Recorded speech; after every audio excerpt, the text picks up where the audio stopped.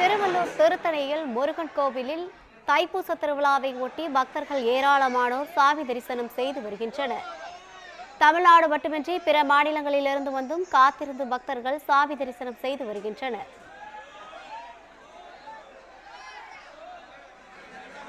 இது குறித்தான கூடுதல் விவரங்களை வழங்குவதற்காக நமது செய்தியாளர் சுதாகர் இணைப்பில் இருக்கிறார். வணக்கம் சுதாகர், கூடுதல் விவரங்கள்.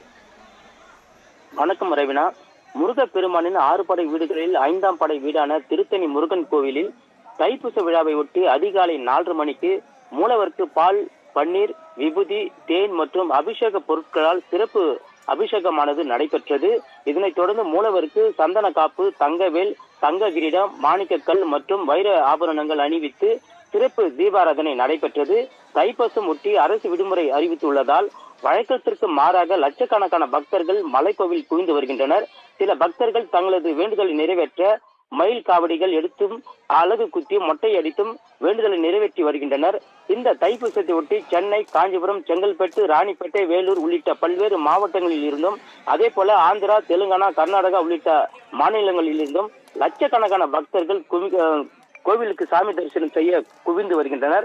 மலைக்கோவிலில் அதிக அளவில் பக்தர்கள் குவிந்து வருவதால் மலைக்கோவிலுக்கு செல்லும் இருசக்கர வாகனங்கள், கார், வேன் மற்றும் ஆட்டோக்கள் மலைப்பாதை நுழைவாயிலில் தடுத்து நிறுத்தி திருப்பி அனுப்பப்பட்டு வருகிறது. பக்தர்கள் பாதுகாப்பிற்காக 300க்கும் மேற்பட்ட போலீசார் குவிக்கப்பட்டு பாதுகாப்பு பணியில் ஈடுபட்டு வருகின்றனர்.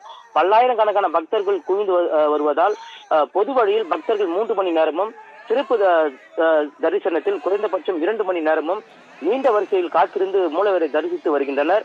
பக்தர்களுக்கு தேவையான குடிநீர், கழிப்பறை உள்ளிட்ட அடிப்படை வசதிகளை கோவில் நிர்வாகம் சார்பில் செய்து கொடுக்கப்பட்டிருக்கிறது. நவீனா,